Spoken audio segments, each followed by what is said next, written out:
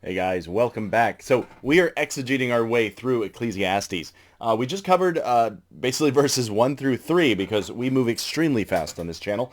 And now we are moving into the next verse. Now, what you're going to find is a lot of this content is repeated through the book of Ecclesiastes. And what we're getting into today is this idea that nature is cyclical.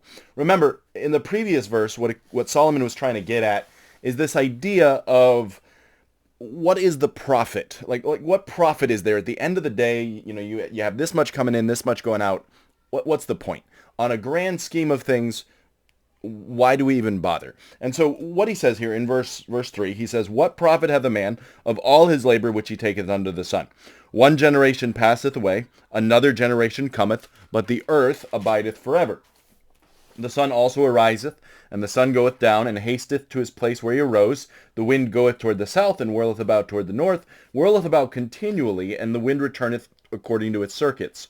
All the rivers run into the sea, yet the sea is not full. Unto the place from whence the rivers come, thither they return again. All things are full of labor. Man cannot utter it. The eye is not satisfied with seeing, the ear is not filled with hearing. The thing that hath been is that which shall be, and that which is done is that which shall be done. There is no new thing under the sun." Now, is there anything whereof it may be said, See, this is new? It hath already been of old times, which was before us. There is no remembrance of the former things. Neither shall there be any remembrance of the things that shall come hereafter. And so Solomon is digging in with this passage, the idea that life is cyclical, and he's not saying that the earth never, ever, ever will end. The Bible's pretty clear on that one. But the idea he's saying is, in the grand scheme of things, if you take the human lifespan and the lifespan of the earth, the earth is just insurmountably old. We're barely a blip on its surface. We can build these cities and these monuments and all of this stuff, but I mean, even those mountains are going to wear down. Even that river is just going to dump all of its water into the ocean and then just start over again.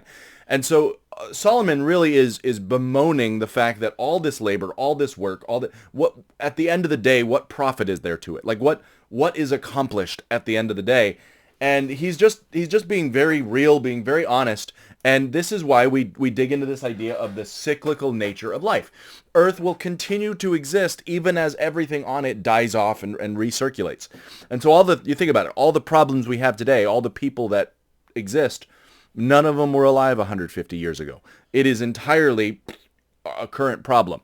And all the monuments and all the structures, and it just comes and goes. And so Solomon is unpacking this idea that the earth is going to continue even as everything on it just kind of continues in these cycles. Each generation comes and goes. The nature has cycles, that the sun goes across the sky and then starts over again tomorrow, and wind circles around, and water goes up to the mountains and flows to the ocean, goes to the mountains and flows to the ocean. All of this. Now, it's interesting to note, yes, he is being scientifically accurate here with the water cycle and wind cycle, but that's not the point. So as you read the Bible, yes, they observed nature. They were accurate in their reporting of nature. However, that's not the point. What Solomon is trying to say here is all of these major natural cycles just keep circling back on each other, and there is nothing accomplished in the grand scheme of things. So what is the point? I mean, we as humans, we live for a legacy. We live for having something accomplished. And Solomon's drawing attention to that fact of saying, basically, there is no lasting legacy. You can live wisely, you can live foolishly, you can be rich and poor, you can be foolish or wise. There's nobody cares.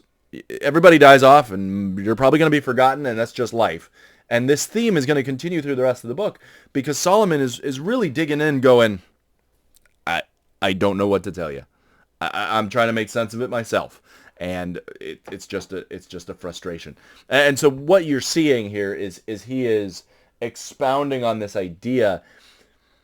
All right, guys, there's got to be something more, and this is the dissatisfaction that guys like Berg and others would talk about, where you're looking at life and going, I mean, I sought pleasure, but the pleasure didn't last. I sought power, but the power didn't last. There's something to be said about the search for meaning. That might be a case, but ultimately he's just drawing kind of this almost ridiculous level of detail and saying, all right, guys, what's the point? And so that's where we're going to get into his biography, some of the things that he lived for and did, and he's going to expound based on that. So next time we meet, we're going to dig into that and dig into the rest of chapter 1, where Solomon is really dealing with this idea of, all right, here are my accomplishments. What have I accomplished in the grand scheme of things?